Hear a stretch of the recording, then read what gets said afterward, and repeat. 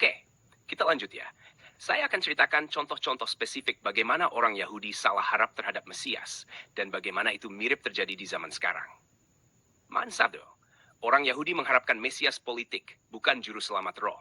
Ekspektasi Yahudi saat itu, Mesias, raja duniawi seperti Daud, akan mengalahkan penjajahan Romawi, akan mendirikan kerajaan besar di bumi, akan membuat Israel kembali berjaya secara nasional.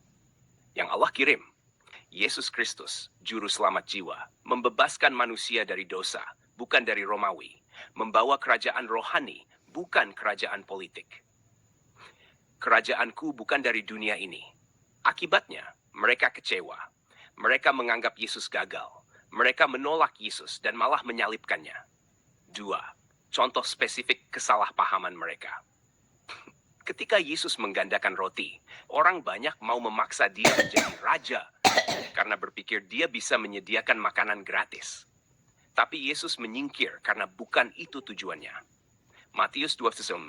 Saat Yesus masuk Yerusalem naik keledai, orang berseru Hosana, berharap dia segera melawan Romawi.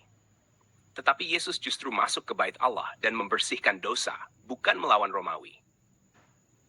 Setelah Yesus disalibkan, 2 murid di jalan ke Emmaus berkata, "Padahal kami dahulu berharap bahwa dialah yang datang untuk membebaskan bangsa Israel." Ini bukti bahwa bahkan murid-muridnya pun masih berharap pada Mesias politik. 3.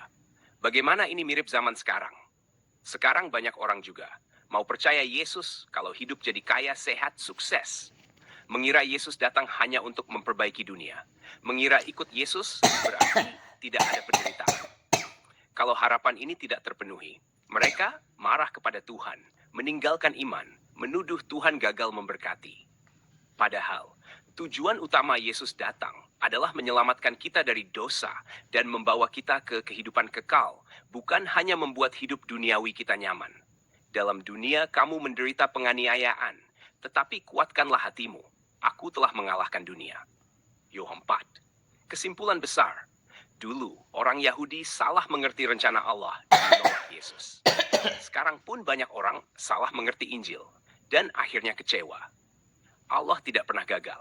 Manusia yang salah harap karena tidak mengerti isi hati dan rencananya.